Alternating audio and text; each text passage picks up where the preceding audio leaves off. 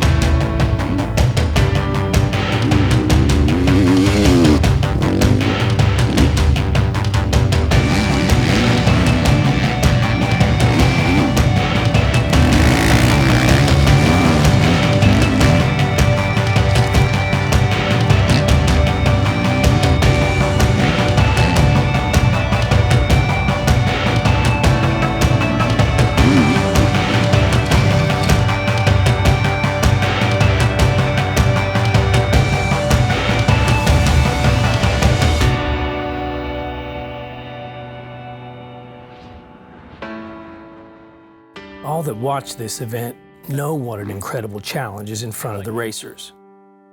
That is why Team Honda, HRC, chose to seclude themselves at this particular farm, known as The Nest. Anyone who has had the pleasure of working on a farm knows that the days don't come easy. Your hands will be raw, you will sweat like you didn't think you could, and you will be pushed far beyond the limit your mind had known possible. But much like the ranchers that worked this land long before the racers of the world showed up, you will hold a humble sense of pride and toughness that only the competition will fear. Everyone loves to win, but you need to love the battle to be the champion.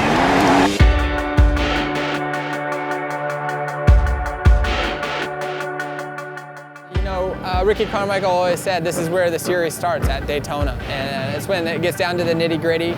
It's those that respond well and still have endurance all the way through. So I think it's a transformation in terms of the series on how the championship's going to unfold. It's just that time of year where it's time to go, and there's no more excuses, and if you want to finish at the top, it's time to perform. To do well here is it's a tough task, and when you do well here and have some good laps, have some good races, you know, you're so proud of it because it's such a historic event. I mean, it's got so much background. It's the home of, stock car racing. It's a big deal. It's a big deal to win Daytona. The riders have to prepare a little differently for this event because of the sand and the conditions. It's more open, it's rougher. So it's kind of a combination Supercross outdoor event. Some years it's really hot. Some years it's been super muddy, like 2008. I thought I was going to drown underneath my bike one year. There was so much water in between a double. When I laid it over, I was trapped underneath and I was terrified. And I think the people that adapt and that are strong mentally and physically always succeed here.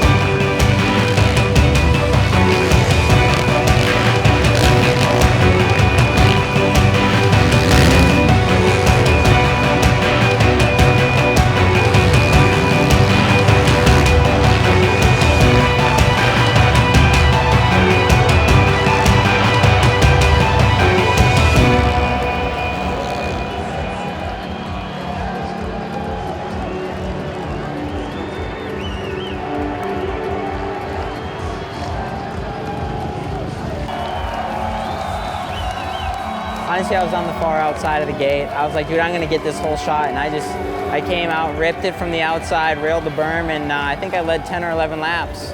And then, you know, just tried to settle in. Eli was going pretty quick, and managed to get second. So it was a great day, and I can't thank the Factory Honda team enough for giving me the opportunity. Stoked for my fill-in teammate, Jeremy, finished on the podium. That's pretty awesome. I think 1 year I filled in and made a podium, and that feels like you're breaking the rules or something. It feels wrong. I knew we had it, you know. I was happy with the way our bikes were performing.